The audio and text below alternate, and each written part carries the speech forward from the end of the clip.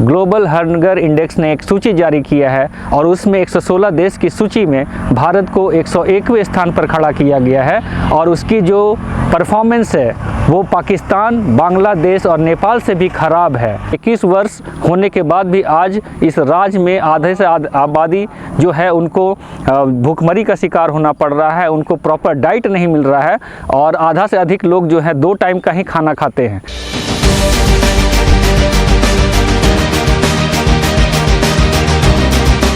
हर हर मोदी, घर घर मोदी, हिंदुस्तान के नारे लग रहे हैं। भारत एक सुपर पावर देश बन चुका है और अभी एक चौंकाने वाला आंकड़ा आया है। ग्लोबल हंगर इंडेक्स ने एक सूची जारी किया है और उसमें 116 देश की सूची में भारत को 101वें स्थान पर खड़ा किया गया है और उसकी जो परफॉर्मेंस है वो पाकिस्तान, बांग्लादेश और नेपाल से भी खराब है। क्रांति का बात करता है, लेकिन आज यहाँ के जनता भूखमरी के शिकार हैं और उसमें जो है 101वें स्थान पर भारत खड़ा है।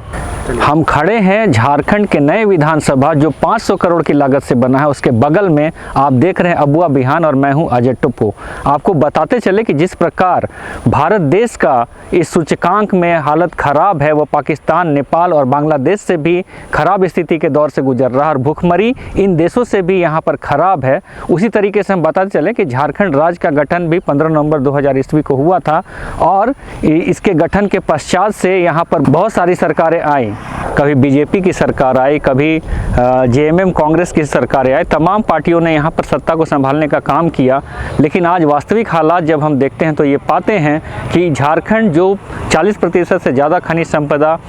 अन्य राज्यों को देता है और एक तरीके से हम बोले कि इकोनॉमिकली ये स्टेट जो है खनिज संपदाओं से परिपूर्ण है और इसकी हालात जो होनी चाहिए थी वो है नहीं और इसका वास्तविक हालात ये है कि यहाँ के लोग भूखमरी के शिकार हैं और अपने पड़ोसी राज्य बिहार और मध्य प्रदेश से भी इसकी हालत ख़राब है। तो इस बात को आप समझ सकते हैं और इसके अगर अगले पायदान में हम देखें तो सबसे ऊपर में इस सूचकांक में नीति आयोग के द्वारा जो जारी किया गया गोवा है और गोवा के बाद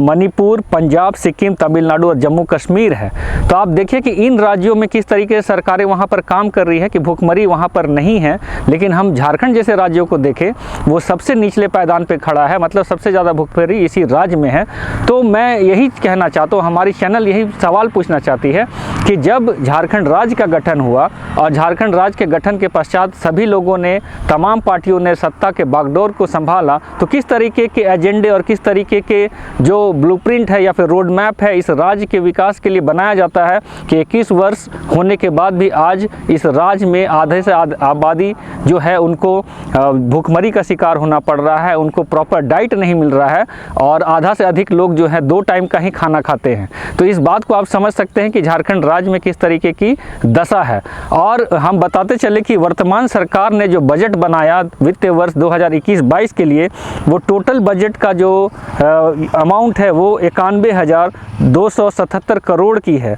और उसमें हम ये जानेंगे कि कहाँ पर कितना सरकार खर्च कर रही है। एजुकेशन, शिक्षा में सरकार 14.5% खर्च कर रही है, हेल्थ में और ड्रिंकिंग वाटर में 8.56%, एग्रीकल्चर में 6.39%, पेंशन के लिए 7% और समाज कल्याण में 8%। तो आप समझ सकते हैं कि जो प्रॉपर बजट का एलोकेशन होता है वो किन सारे मदों में खर्च की जाती है और प्रायोरिटी लेवल पर यहाँ पर जो है किस तरीके के डेवलपमेंट के मॉडल को आगे बढ़ाने का काम किया जा रहा है तमाम सरकारों के द्वारा, कि अभी भी जो हालात जो है भूखमरी के शिकार यहाँ के लोग हैं। तो आप इससे समझिए और इन सारे मुद्दों के साथ आप जुड़े हुए रहिए, बने हुए रहिए, क्योंकि ये एक आईना है जो सरकार को दिखाने का काम करेगा कि किस तरीके के हालात हमारे राज्य में बने हुए हैं। तो आप हमारे साथ जुड़े हुए रहें। बहुत बहुत धन्यवाद। जोहार।